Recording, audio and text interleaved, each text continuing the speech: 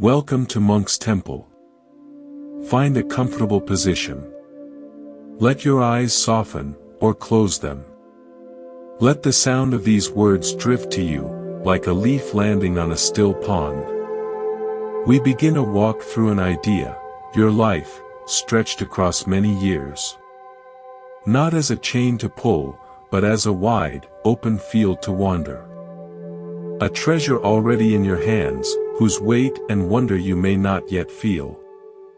We speak of time as sand in an hourglass, always dwindling. We feel the pressure, the burden of years behind, the uncertainty ahead. But imagine turning that glass on its side. It is no longer a funnel. It becomes a landscape. All that sand, each grain a moment, spreads out not as a countdown, but as a vast territory to explore. This is our perspective. To see a long life not as a sentence to serve, but as a gift to understand.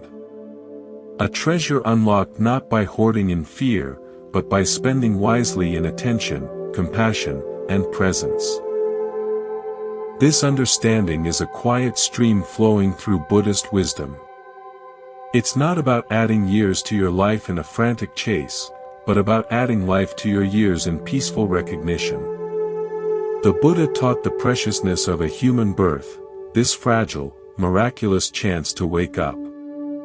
A long life simply offers more sky for that dawn. I recall a moment from my early days. A task, sorting a large bag of old temple rice, picking out stones and husk. I was young, impatient, hands moving fast to finish. An old monk watched silently. He spoke, "You treat the rice as a burden to finish. But each grain passed through rain, sun, a farmer's hands. It carried a life before nourishing ours. To rush is to rush past 1,000 lives, 1,000 kindnesses." He took a single grain, placed it on his palm, and just looked. In that moment, I didn't see a task. I saw a universe in a tiny shell. My afternoon shifted from a prison of boredom to a sanctuary of connection. Your life is not a bag of rice to sort with impatient hands. It is each grain, each day, worthy of that quiet, awe-filled attention. Its length is simply more grains to appreciate, not more burden. If this perspective resonates, consider subscribing to Monk's Temple. It's a way to plant a flag here, to return to this shared exploration, and to help our community grow.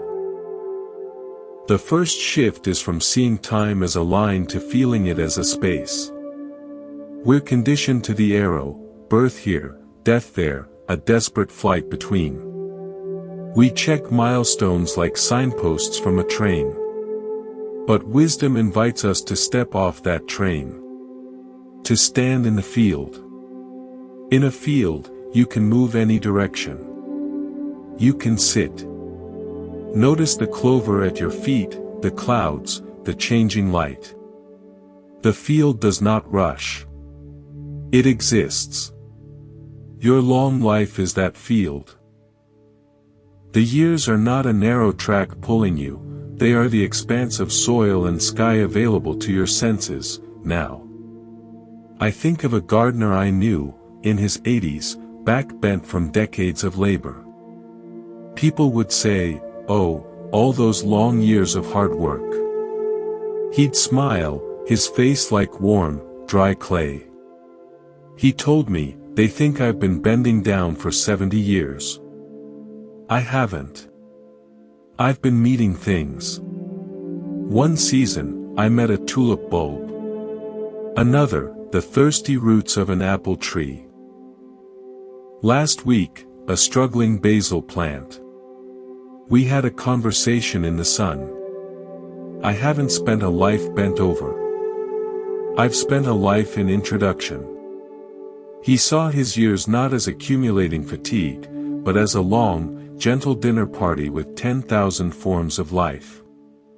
The practice, Stop counting years of labor, start recognizing the countless meetings within them.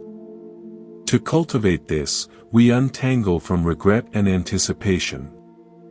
These two, yesterday's ghost and tomorrow's phantom, are thieves of the present field. They convince you the treasure isn't here. Regret says it's buried in an unchangeable past. Anxiety says it's on a mountain ahead, urging you to climb faster.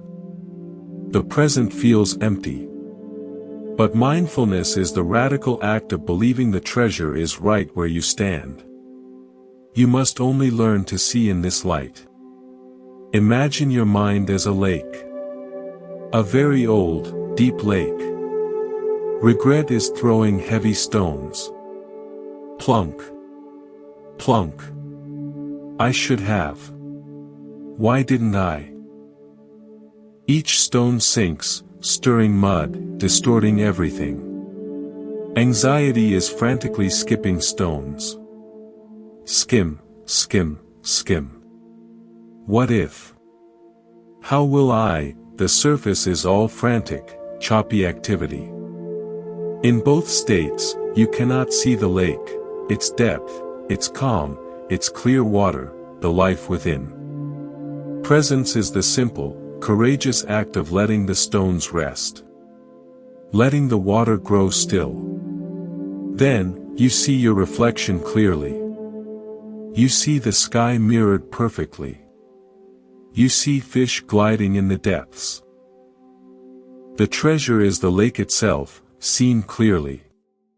A long life is a lake with more volume, more depth to become still and see into. It is not more stones to throw. A woman came to a meditation hall, perhaps 60, carrying a brittle energy.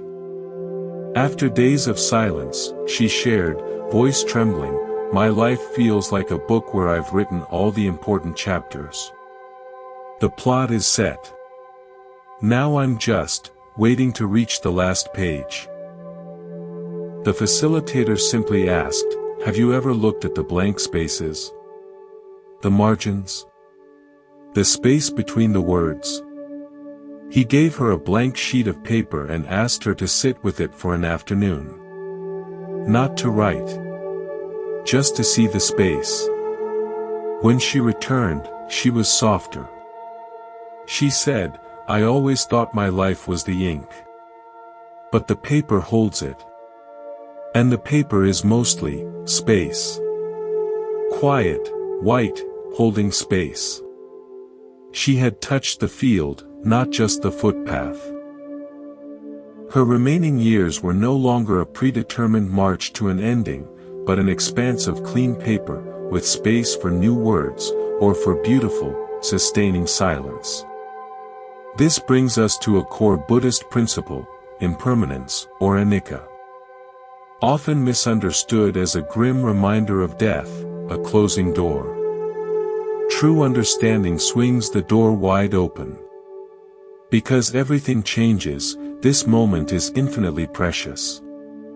Because the cloud will move, seeing it now is a unique gift. Because the feeling will pass, feeling it fully is sacred. Because your life will end, this breath, this year is a spectacular, non-repeatable event. Impermanence is not the jailer of your joy, it is the artist sculpting its beauty. A diamond is precious because it is rare.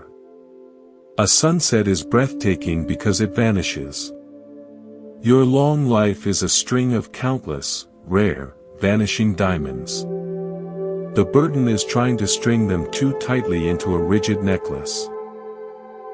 The treasure is holding the strand loosely, admiring each gem as it catches the light, letting it turn freely. To walk the field of a long life with peace, we must find a sustainable rhythm. We begin with the anchor we always carry, the breath. It is the constant metronome of our being, the bridge between the body we inhabit and the time we perceive. It is only ever now. So let's pause. You don't need to change your breath. Just notice it. Feel the cool air entering. Feel the slight expansion. The warmer air leaving. Each cycle is a complete universe. A long life is millions of these cycles. The gift is not in the number, but in your capacity to be present for even a few of them. Give your full attention to just one breath. In that attentive space, the burden of years softens, and you are simply alive. This mindful breathing is the foundation. A long life inevitably brings friction, the aches, the losses, the changes. In the Buddha's framework, this is dukkha, often translated as suffering, but more accurately, the subtle unease of being human.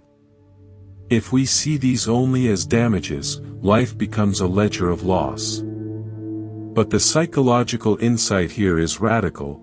This friction is not your enemy. It is your most profound teacher. It is the grit that polishes the stone. Your suffering points directly to where you are clinging, where you are resisting the natural flow of life. Consider this metaphor. The kettle's song. Place a kettle on the fire. As the heat intensifies, it begins to rumble, then lets out a sharp whistle. We see that whistle as a problem. But what is it? It is the sound of water transforming into steam, becoming something more. The whistle is the song of that transformation. Your pain, grief, or anxiety is your kettle's song. It is not a sign you are broken. It is the sound of your current form meeting a heat that asks you to transform. A long life means more opportunities to hear that song and understand its message, not to live in fear of the fire. I knew a pianist who developed a neurological tremor in her hands. Her career, as she knew it, was over. The suffering was immense. Then, she began to teach young children. With them, her tremor didn't matter. What mattered was her ear, her patience. She told me, I spent my first life learning to make perfect sound. I am spending my second life learning to hear the beauty in imperfect effort. The tremor forced me to become fluent in the language of listening. Her suffering was the fire. Her new vocation was the steam. Her long life split into two movements, and the second was demanded by the friction of the first. This leads to another pillar of wisdom, non-self, or anatta. We operate under an illusion that there is a solid, unchanging me at the center. This self feels it must protect its hoard. This is exhausting. The insight is not that you don't exist, but that you do not exist in a solid, permanent way you think. You are more like a symphony than a soloist. A symphony is a collection of instruments, notes, and silences. You are that. You are the collection of your thoughts, sensations, and memories, playing in a temporary harmony. The burden comes from the piccolo insisting it is the entire symphony. The treasure is realizing you are the entire arrangement. You can enjoy the composition as it unfolds, without the piccolo's panic. Consider your smartphone. What is the phone? The glass? The battery? The code? The cloud? It is all of these, and none exclusively. It is a fleeting convergence. You are like that. A converging process of body, mind, and connections. A long life is this process unfolding over decades. When you see this, you can relax your grip on the story of me. You become a compassionate witness to an unfolding life. I recall an engineer obsessed with optimizing his life like a machine. He was exhausted. A teacher asked him to spend a day observing a willow tree. He reported, "It's inefficient. It bends wastefully. The teacher asked, "Is it beautiful? Is it alive?" It does not optimize. It adapts. It bends so it does not break. You are trying to be a rigid steel beam. But you are a willow. Your long life is not an engineering project. It is an ongoing adaptation. The burden is in the rigid blueprint. The treasure is in the resilient, graceful bend. Seeing himself as a willow was the first time his fatigue lifted.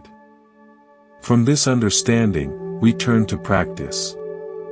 The first quality is gratitude, not a passive list, but the active orientation of your attention. It is the deliberate choice to turn your gaze toward what sustains you. When you feel not enough, gratitude asks, "What is already here, holding me up?" A bus driver on a 30-year route had a secret practice. Each trip, he chose one thing to notice with profound thanks. The dawn light on a barn. A child's laugh. The hum of his engine. He said, "The miles are the same. But the thing I'm thankful for is always new. So the journey is never the same. I'm not driving a route for 30 years. I'm collecting 30 years of unique, grateful sightings." His long career was a curated gallery of appreciations. He actively oriented his attention, transforming a desert of duty into a landscape rich with points of interest. This practice confronts the mind's negativity bias, our brain's tendency to scan for threat. By practicing gratitude, you perform a psychological intervention. You retrain neural pathways to also scan for sustenance. You are not ignoring difficulty, you are balancing the scales of perception. As we close, a small experiment. Today, in an ordinary moment, pause. Take one breath. Ask, for what one small thing can I feel a genuine pulse of thanks right now? The warm water, the stable floor, your reading eyes. Find one thing. Feel the physical sensation for 3 seconds. That is you, planting a seed of treasure in the field of this day. Gratitude turns our attention inward to the treasure we already possess. Now, we take the next logical, vital step, we let that sense of fullness flow outward. This is the principle of generosity, or dana in the Buddhist tradition. But let's frame it as modern psychological strategy. True generosity is not about giving away your surplus. It is the behavioral proof of abundance. It is the tangible act that demonstrates, to your own nervous system first, that your field is fertile enough to share its harvest. When life feels burdensome, we operate from a mindset of scarcity. I don't have enough time, energy, or love to spare. The most potent action you can take against this crippling story is to deliberately give a little of that very resource away. This creates a powerful neurological paradox. Your brain, stuck in scarcity mode, is stressed and heavy. By choosing generosity, you send a counter-signal, I have enough to share. This begins to rewire the feeling of burden into a feeling of capacity. Think of a woman named Clara, who ran a small, struggling tailor shop. Business was slow, and her long career felt like it was ending in failure. One cold winter, she noticed a homeless man outside her shop shivering in a thin jacket. On an impulse, she used scrap fabric from her store to make him a thick, quilted coat. It wasn't charity from her wealth, it was the application of her skill from her perceived scarcity. That single act changed something. She began quietly mending coats for others in need. Her shop transformed from a struggling business into a community hearth of warmth and dignity. She later said, "I thought my long career was about building a business. It turned out, the final chapter was about dissolving it back into the neighborhood. When I stopped trying to save my shop and started just being a tailor for anyone who was cold, the weight lifted. The shop didn't get richer, but my life did." Clara's story is Dana in action. Her long life gained its deepest meaning not in accumulation, but in distribution. The burden of scarcity was replaced by the treasure of purpose. This connects to the profound Buddhist concept of interdependence. We are not isolated stones, we are knots in a vast, living net. Every action tugs on the web. Generosity is an intentional, positive tug. You feel the supportive pull of connection in return. Modern science calls this helper's high, the endorphin release following altruism. The Buddha's framework gives this a deeper context, that uplift is the natural reward for acting in harmony with the truth of our connectedness. A long life is your opportunity to create countless, positive ripples in that net. But generosity must be wise. It must include a crucial, often forgotten recipient, yourself. This is the practice of self-compassion. Many believe that a worthy life is built through self-criticism, that burden is the price of achievement. This is a fundamental error. In Buddhism, wisdom and compassion are inseparable. If you are a knot in the web, harshness toward yourself poisons the entire system. Compassion toward yourself strengthens it all. Imagine your mind has two channels. Channel 1 is the critic. It narrates, critiques, and compares. You failed. You're not enough. We often mistake this voice for a motivator. Channel 2 is the companion. It observes with kindness. This is hard. It's okay to struggle. What do you need? Self-compassion is the conscious choice to switch the dial from the critic to the companion. It is not self-pity. It is acknowledging your own difficulty with the same respectful attention you'd offer a good friend. It is granting yourself permission to be a human being, not a human doing on trial. I struggled for years with intense anxiety before speaking publicly. My inner critic was brutal. A mentor offered a reframe: your anxiety isn't a flaw. It's a surge of carrying energy. Thank it for wanting to connect, then invite it to work with you. When I tried this, the war inside ceased. I had switched channels.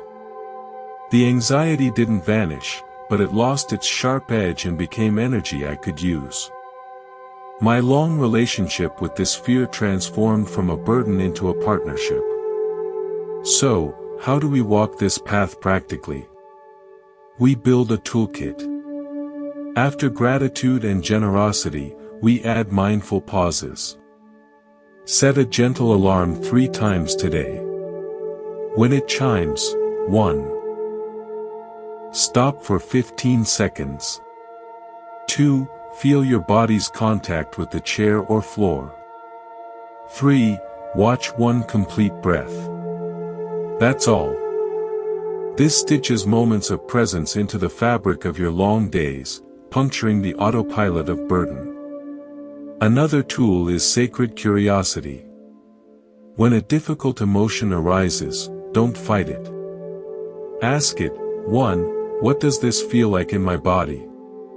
2. What might it need? 3. What is it trying to tell me? This turns your inner world from a battlefield into an ecosystem to be explored with respect. Finally, create rituals of release. The field of a long life collects dead leaves, old resentments, outdated stories. Write a worry on paper and tear it up. Whisper a regret and blow it away. A simple physical act signals to your heart that it is permitted to let go. Let's close with a story. A man operated a river ferry for 50 years. He grew to hate the river, seeing it as a monotonous barrier.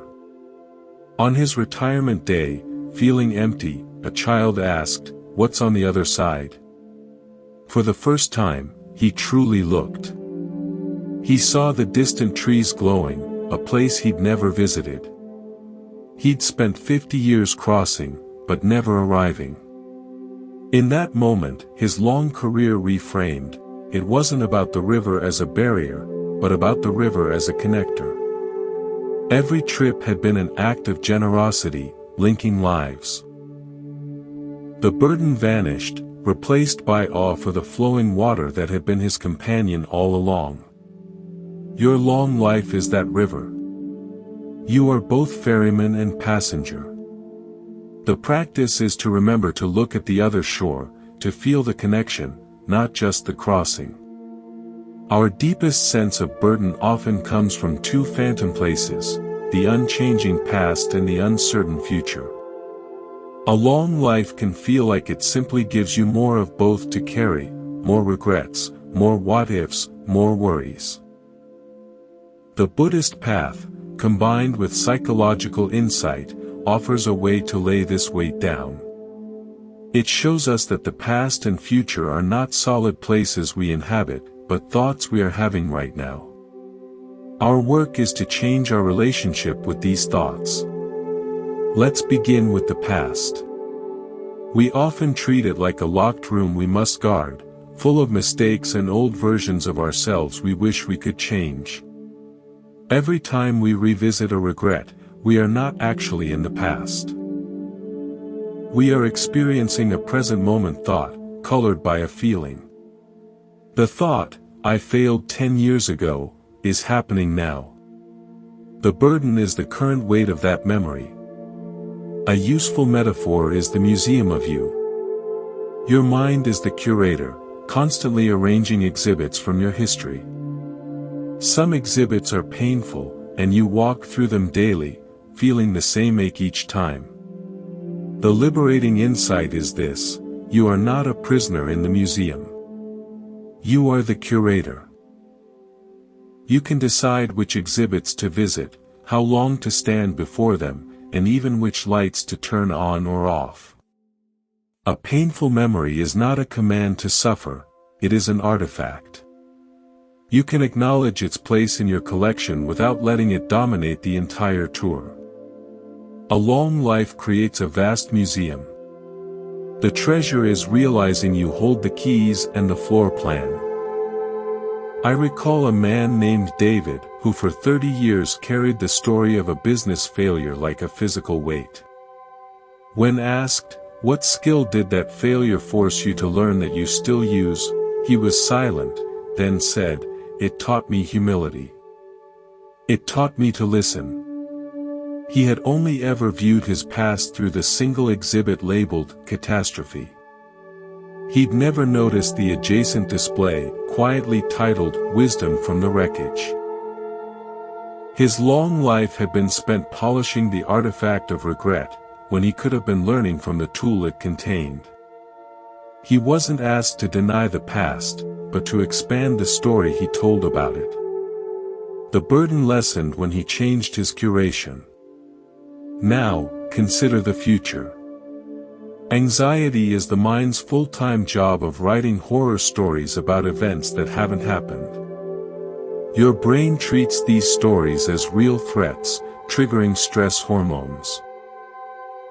This is useful for escaping immediate danger but corrosive for living a long, peaceful life. The teaching of right effort is crucial here. It's not about efforting to control the future. It's about applying effort to your only point of agency, the present. Worrying about the future is like trying to paint a masterpiece on a canvas that hasn't been stretched yet. It's exhausting and impossible.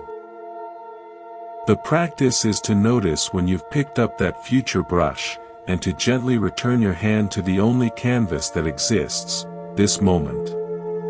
Here is a practical tool, the designated worry time.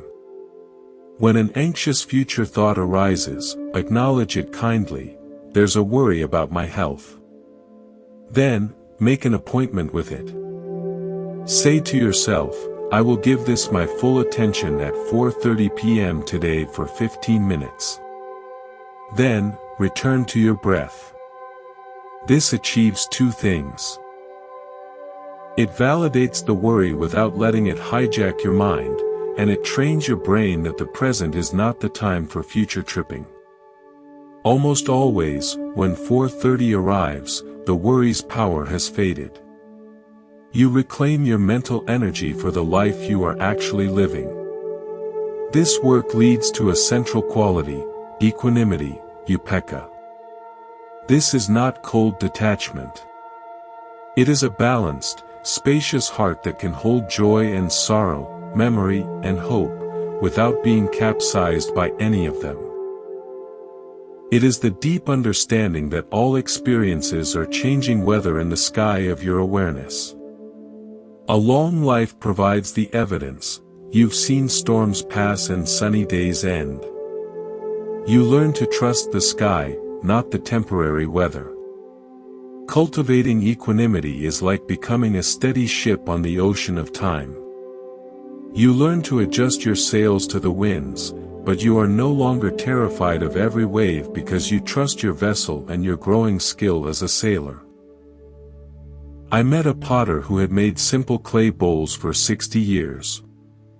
I asked if he ever grew anxious about perfection. He smiled. The clay is the teacher. Some days it cracks in the kiln. That is the clay's decision. Some days my hands are stiff, and the bowl is lopsided. That is the truth of that day. They all hold soup. My job is not to fight the clay or my age. My job is to center the clay on the wheel and apply gentle, steady pressure. The result is a collaboration between earth, fire, time, and these temporary hands. This is equanimity in action. His long career was a practice of engaged surrender, showing up fully for the process without clinging to a rigid idea of the product. His life was light because he wasn't carrying the weight of demanding perfection from every bowl, or every year. To cultivate this balance, practice detached engagement. Pour your full care into the task before you. A work project, a conversation, a walk, while simultaneously holding the outcome lightly. Use a silent mantra, I do this with full care, and I release my grip on how it turns out. This creates space for excellence without the crushing weight of expectation. Also, practice blessing completion. As you finish any activity, send an email, wash a dish, end a call, silently say, blessed and complete. This tiny ritual creates psychological closure. It prevents finished chapters from becoming clutter you drag into the present. It allows you to walk through the field of your long life leaving peaceful, settled ground behind you. Your long life is not a single, heavy stone you must carry from start to finish. It is a museum you curate. It is an ocean you sail. It is clay you center each day. The burden is in the guarding, the fearing, and the clinging. The treasure is in the curating, the sailing, and the gentle pressure of your hands in this moment only. You are not a prisoner of your story. You are its curator, its sailor, its potter. And in that role lies your profound and lasting freedom. We've navigated the terrain of the present, past, and future.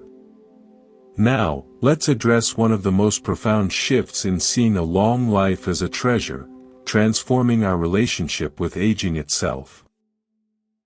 In a culture that often views aging as decay, as a burden of decline, how do we reframe the accumulation of years as an accumulation of wisdom, depth, and a unique kind of freedom?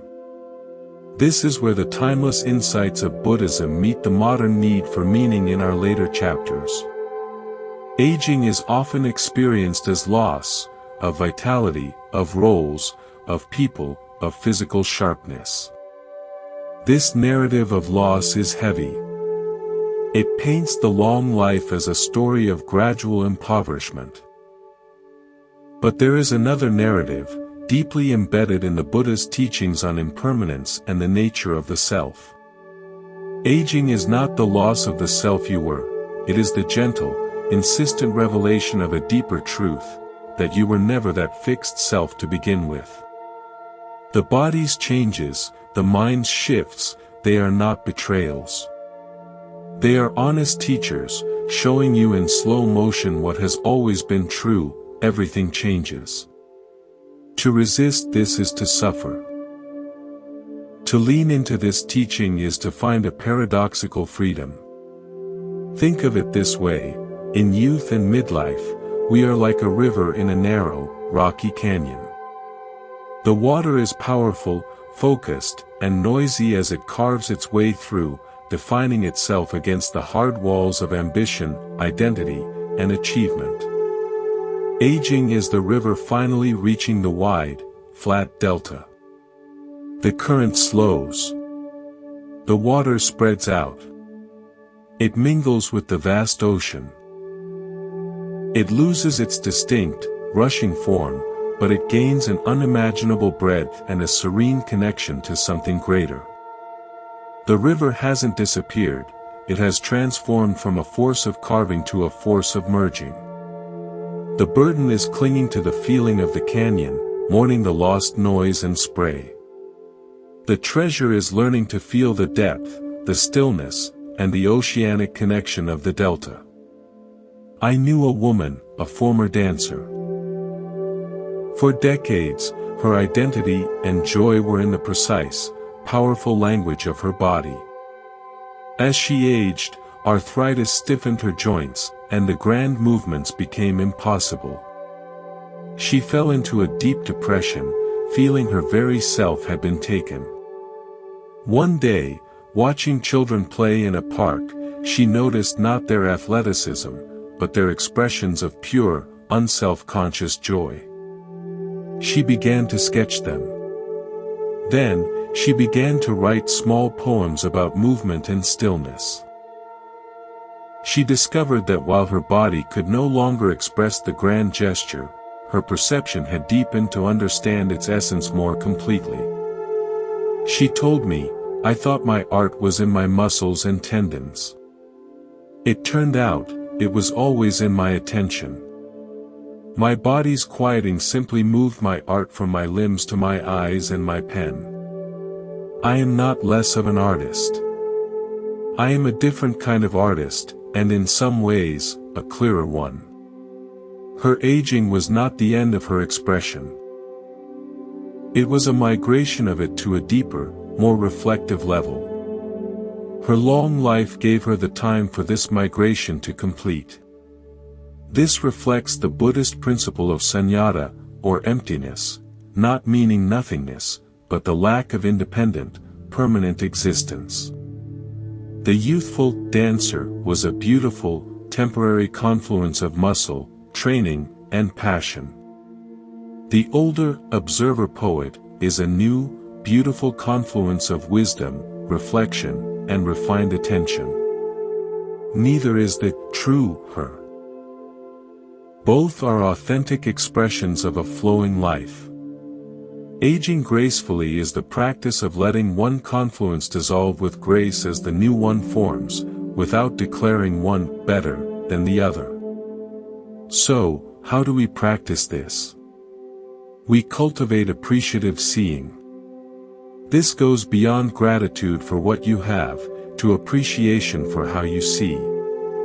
As sensory acuity in one area may diminish, the capacity for nuanced appreciation in others can be honed. The taste of a single strawberry can become a world. The texture of old wood can tell a full story. The color of the sky at dusk can feel like a conversation. This is not compensation, it is the deepening of perception, the treasure earned through a long engagement with the senses. We also practice legacy of moments. Instead of worrying about a grand legacy, focus on the micro-legacy of your daily interactions. The legacy of a long life is not a single monument, but the sum of 10,000 kindnesses, moments of patience, instances of true listening. Did you offer a word of genuine encouragement today? That is your legacy. Did you listen without rushing to fix? That is your legacy. This shifts the focus from what you will leave behind to what you are putting into the shared field of life right now. It makes every day of a long life meaningful, regardless of your age or productivity. A story comes to mind of a retired bus driver, Henry. After 40 years of driving the same city routes, he felt useless. His legacy felt like a forgotten schedule. He started visiting the local library, not to read, but to sit in a chair near the children's section. He didn't bother anyone. But week after week, his calm, familiar presence became a quiet landmark for the children. A shy child would sit near him. A tired parent would nod to him in thanks for his silent, steadying presence. He wasn't doing anything. But he was being a pillar of peaceful continuity in a chaotic world. When the librarian once thanked him, he was baffled. "I'm just sitting." She replied, "Exactly. And that, just sitting, is the most reliable thing some of these kids have all week." Henry's legacy wasn't in the miles he drove, but in the stillness he later provided. His long life gave him the time to transition from a mover of people to an anchor of peace. His value didn't decrease, it transformed. Finally, we embrace the wisdom of spaciousness.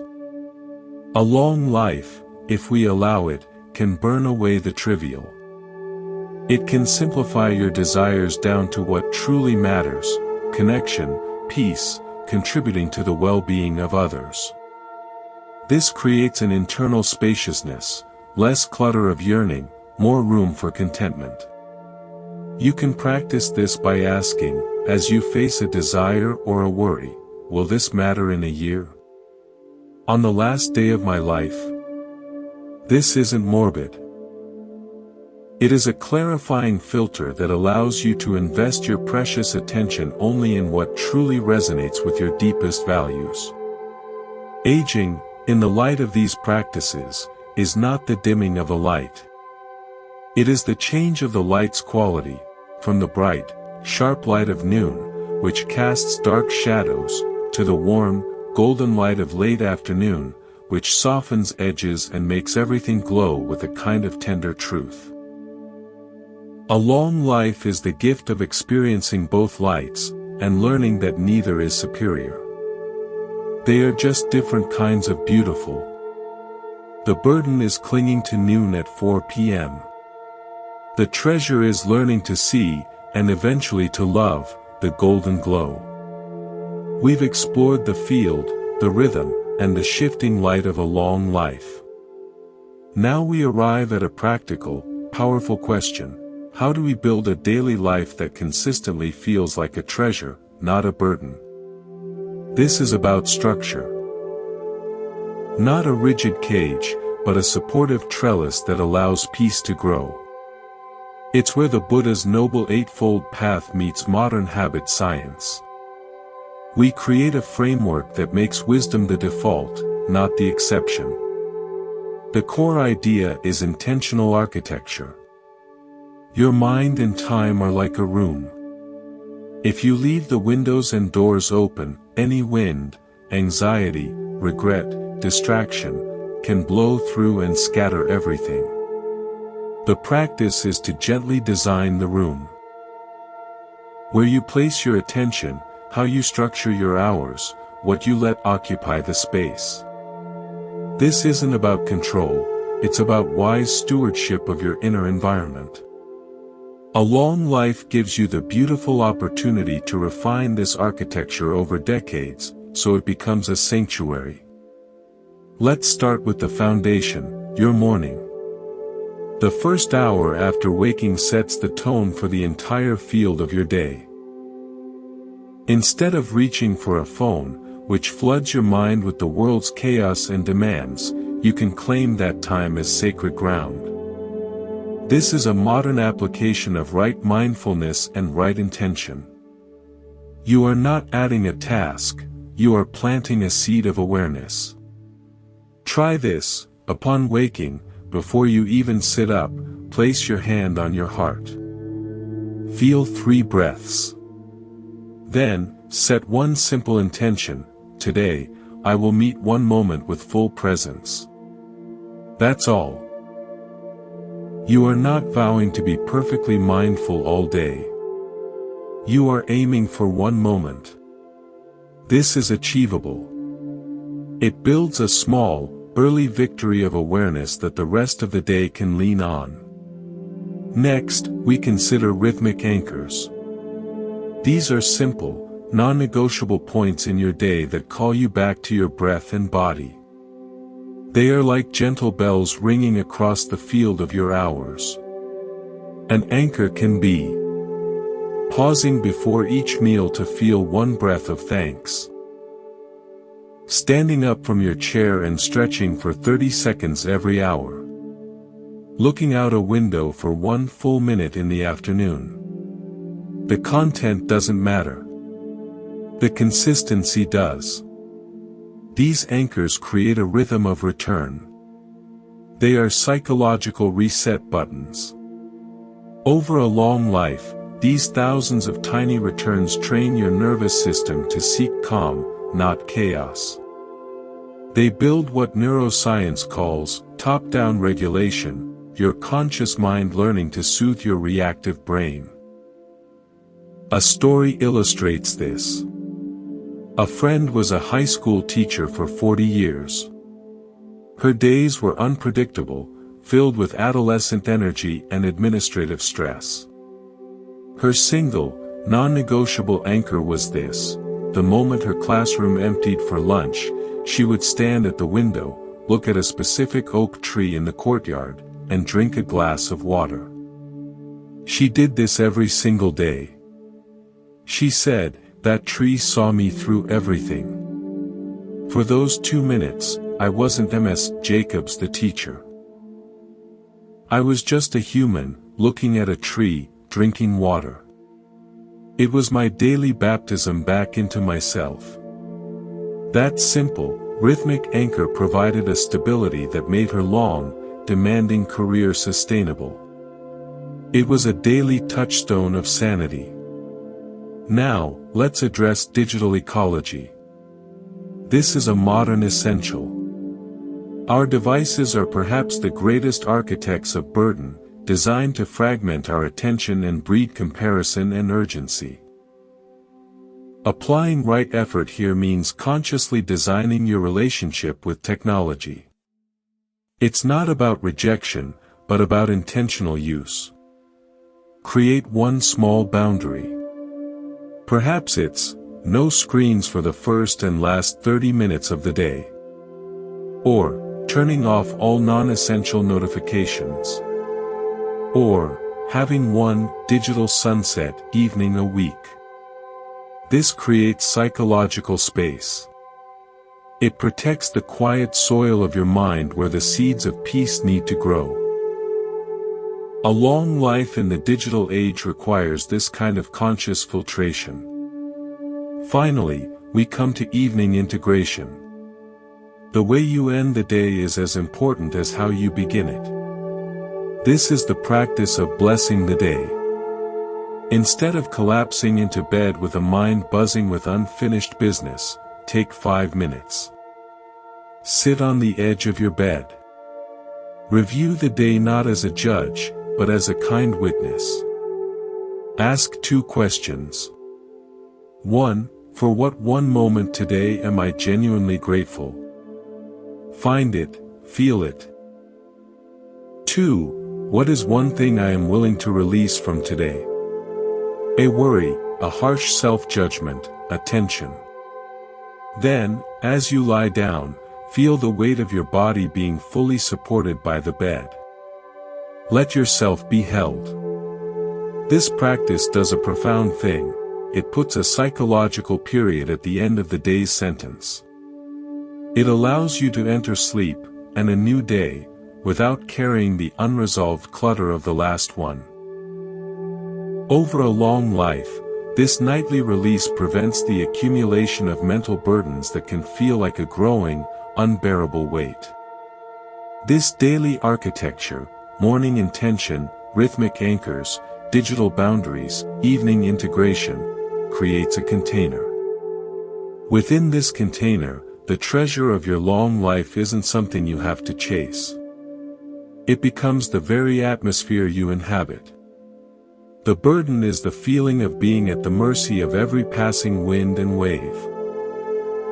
The treasure is the gradual, gentle construction of an inner home that is stable, spacious, and yours. Remember, this isn't about perfection. It's about gentle direction.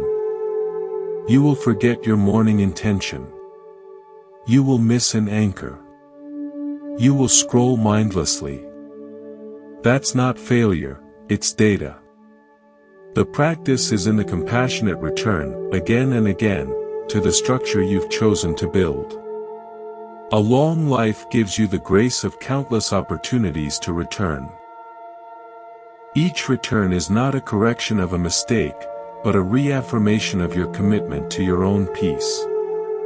That is the deepest treasure of all, the unwavering friendship with yourself that you cultivate, day by day, year by year, across the beautiful, sprawling field of your life. We've built a daily architecture for peace. Now, let's expand our view to the most profound treasure a long life offers, the cultivation of deep connection. Not just to others, but to life itself. Often, the burden of years can feel like isolation, a sense of being separate in our struggles, our memories, our aging. The Buddhist teaching on interdependence offers a radical antidote, the realization that our very existence is a web of relationship. A long life is not a solitary trek, it is an ever-unfolding opportunity to feel the truth of that web, to move from loneliness to a profound sense of belonging. This sense of burden often shouts, "I am alone in this." But wisdom whispers, you are a unique expression of a boundless whole. Think of it as the symphony of connection. In an orchestra, if a single violin string breaks, the musician feels the immediate, personal snap, a local failure. But the conductor hears the subtle dimming of the entire section's harmony. Your personal struggle is the snap of the string. The interconnected truth is the dimming of the collective music. Your healing, your peace, your joy, these are not just personal victories. They are contributions to the harmony of the whole. A long life gives you time to move from identifying solely as the single, fragile string, to sensing your part in the grand, resilient symphony. How do we practice this shift? We move beyond empathy to active compassion. Empathy feels another's pain. Compassion adds the heartfelt wish to alleviate it, coupled with action. The simplest form of this is generous attention. In your next conversation, practice giving the gift of your complete, undefended focus. Don't plan your reply. Just listen to understand, to witness. This act, repeated over a lifetime, weaves strong, invisible threads of connection. It tells the other person, and more importantly, it reminds you, that you are not separate islands shouting across a void, but adjacent gardens in the same landscape. I remember a man named Leo who ran a small, old-style hardware store. Big box stores made his business obsolete. he could have sunk into bitterness, a burden of irrelevance. Instead, he became the neighborhood's unofficial fixer. If a child's bike broke, he'd repair it on the sidewalk. If someone needed a spare key but were short on cash, he'd wave it off. He didn't just sell nails, he mended community. His store was seldom busy, but he was never alone. He told me, "My ledger shows a failing business. But my heart feels like the town square. I'm not selling things anymore. I'm maintaining connections." Leo's long career transformed from commerce to communion. His sense of purpose, and his freedom from the burden of financial failure, came from seeing his role in the web of his community. He invested in connections, and the interest paid in meaning. This leads to a crucial practice, seeing the sacred in the ordinary. The web of life isn't just in grand gestures. It's in the mundane exchanges, the smile at the barista, holding a door, letting another driver merge. Each is a tiny thread woven. To see this, try the one connection practice. Once a day, in a routine interaction, mentally bless the other person. Silently wish them well as you complete the transaction. May you be happy. May your day be peaceful. You are not saying this aloud. You are casting a seed of intention into the shared field. This practice does something remarkable. It transforms impersonal transactions into moments of silent, sacred recognition. It reminds you that you are constantly participating in a dance of mutual support, even with strangers. But connection must also extend inward, to the parts of ourselves we exile, our grief, our fear, our perceived flaws. This is internal reconciliation. We often treat our difficult emotions as intruders, burdens to be locked away.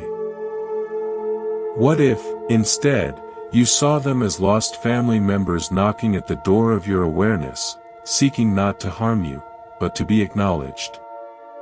This is a psychological application of the Buddhist principle of non-violence, ahimsa, toward oneself. Spend a few moments, perhaps in your evening review, simply acknowledging a difficult feeling. Place a gentle hand on your heart and say inwardly, "I see you are here. It's okay. You belong, too." This doesn't amplify the feeling, it often disarms it. By connecting with compassion to your inner exiles, you heal the primary fracture, the one within. You become a whole community unto yourself, ending the civil war that is the root of so much burden. Finally, we cultivate connection to the source of life. You don't need a specific spiritual belief for this. It is the felt sense of being part of something vast, nature, consciousness, the mystery of existence. A long life grants you the patience for this connection to deepen. Practice sky gazing. For 5 minutes, simply look at the sky. Not analyzing the weather, just beholding the immensity. Feel your smallness not as insignificance, but as a vital part of that immense canvas. Or practice rooting. Stand barefoot on grass or earth, if possible. Feel the solid support. Imagine your worries flowing down like roots, and stability flowing up. These practices ground you in the nonverbal, elemental truth of your belonging to a living planet, to a cosmos. This connection dissolves the existential loneliness that can make a long life feel heavy. Your long life, then, is your unique journey through the web. Every act of kindness is a thread you strengthen. Every moment of self-compassion is a knot you mend. Every experience of awe is you feeling the vibration of the entire web. The burden is the illusion of the single, broken string. The treasure is the constant, humming music of the symphony you are forever a part of. You are not just in the field of life. You are the field, and every other being is a blossom in the same soil, under the same wide sky. To live with this knowing is to carry nothing, and to belong to everything. We have walked a long path together, exploring the field of a life, from its first steps to its deepest connections. Now, we arrive at the final, integrating understanding. The treasure of a long life is not found in any single moment, year, or achievement. It is found in the seeing itself. It is the gradual, luminous shift in perception where the very concept of burden dissolves, and what remains is a simple, awe-filled participation in the unfolding mystery of being. This is the heart of wisdom traditions like Buddhism. Liberation is not an event in the future, but a quality of attention available now. A long life is the generous canvas on which you can practice this shift until it becomes your native sight. This ultimate shift is from a narrative of progress to an experience of presence. We are taught that life is a story of getting somewhere, to happiness, to success, to security, to enlightenment. The burden is the gap between here and there. But what if life is not a story to be completed, but a landscape to be inhabited? What if the purpose of a long walk is not to reach the end, but to develop a deeper relationship with walking itself? Every spiritual crisis, every moment of exhaustion, comes from believing the treasure is at the end of the path. The revolutionary insight is that the path itself, in all its textures, the smooth stones and the muddy patches, is the treasure. Your attention is the jewel that illuminates it. Let me offer a final, original metaphor, the lantern and the landscape. Imagine you are walking through a vast, dark landscape at night, carrying a lantern. For years, you believe the lantern's purpose is to desperately search for a hidden treasure chest buried somewhere ahead. You rush, you stumble, you grow weary swinging the light left and right, fearing you'll never find it. This is the burden. Now, imagine you stop. You stop searching for a specific chest. Instead, you simply hold the lantern steadily at your side and look at what its light already touches. You see the intricate pattern of moss on a rock beside you. You see the dewdrops on a spiderweb, each one a tiny, perfect world. You feel the cool night air. In that act of stopping and shining your light where you stand, the entire landscape transforms from a place of lack to a place of breathtaking, immediate richness. The lantern is your mindful awareness. The landscape is your life. The treasure was never a hidden chest. It is the capacity of your light to reveal the sublime beauty of the ground you are on, right now. A long life is not more darkness to fear, it is more landscape for your light to lovingly illuminate. A story to crystallize this. There was a master cartographer, renowned for his maps of distant, exotic lands. In his old age, his eyesight failed. He could no longer see the fine details of parchment or the subtle hues of his inks. His students feared he would fall into despair, his life's work seemingly over. Instead, he asked to be led each day to the same bench in his modest garden. There, he would sit for hours. When asked what he was doing, he said, "I am mapping the territory of here." He mapped the sound path of the bee from the lavender to the hive. He charted the daily progress of the shadow of the oak tree across the grass. He traced the feeling of the sun moving across his own hands. He told his students, "I spent my life drawing guides to there. Now I am learning, finally, what here contains. It is vaster than any continent I ever drew." His long life granted him the ultimate graduation, from mapping destinations to inhabiting the profound depth of his immediate location. So, what is the practical summation? How do you live this? You don't need to wait for old age or a dramatic change. You can start the recalibration today with this single, overriding intention. Treat your attention as the most precious resource you have, and invest it not in the phantoms of past and future, but in the aliveness of the present sensory field. Everything we've discussed, gratitude, generosity, self-compassion, rhythmic anchors, compassionate connection, are simply ways to honor that intention. They are methods to train your lantern to shine steadily, lovingly, on the landscape of your current experience. As we end, I invite you into one last, expansive contemplation. Settle in. Let your eyes close. Imagine you are not a person with a past and a future. Imagine you are pure, gentle awareness, like a soft light. And this light is shining on the sensations of this very moment, the feeling of your body at rest, the sounds in the space around you, the rhythm of your breath. This light of awareness does not judge, does not rush, does not seek. It simply shines, and in its shining, it knows. It knows the feeling of the chair. It knows the sound of silence. It knows the movement of air. This aware light is the deepest you. It has no age. It carries no burden. It is simply present. And your long, beautiful human life is the rich, detailed, ever-changing landscape that this light gets to shine upon and know.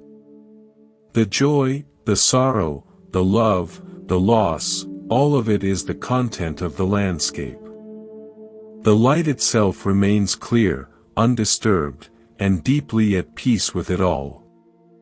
This is your true nature. This is the treasure that cannot be lost, because it is the very capacity to experience the treasure of everything else. Your journey is not toward this peace. It is from this peace. Every time you remember to breathe, every time you meet a moment with kindness, every time you feel gratitude for a single grain of rice, you are aligning with that core of peaceful awareness. A long life is the gift of countless opportunities to remember, to align, until the alignment becomes who you are. Thank you for walking this path with me. Thank you for the profound gift of your attention. This has been Monk's Temple. May you walk gently in your field, holding your lantern with love, knowing the treasure is wherever you choose to shine its light. May you be at peace.